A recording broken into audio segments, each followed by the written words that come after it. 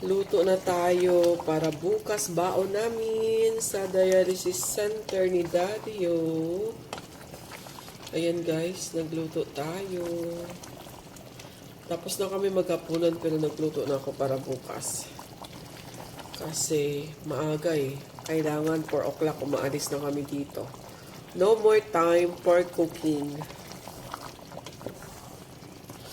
Kaya bukas, bago aalis, iinitin ko na lang to. Kasi, luto na to Tikman natin. Masarap ba?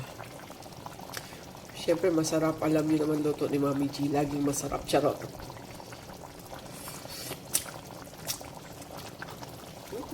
Masarap.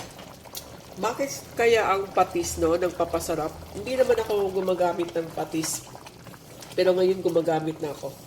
Kaso lang maanghang siya kasi ang dami kong sili nilagay. Tapos naglagay pa ako ng chili flakes. So ayan, okay na to. Huwag na natin ubusin ang sabaw kasi bukas iinitin pa. Bago ilagay sa Tupperware, baka maubos ang sabaw. So ayan, this is done.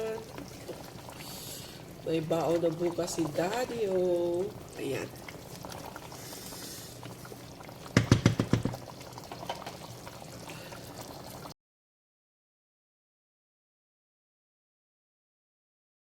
So, ayan guys. I think this is all.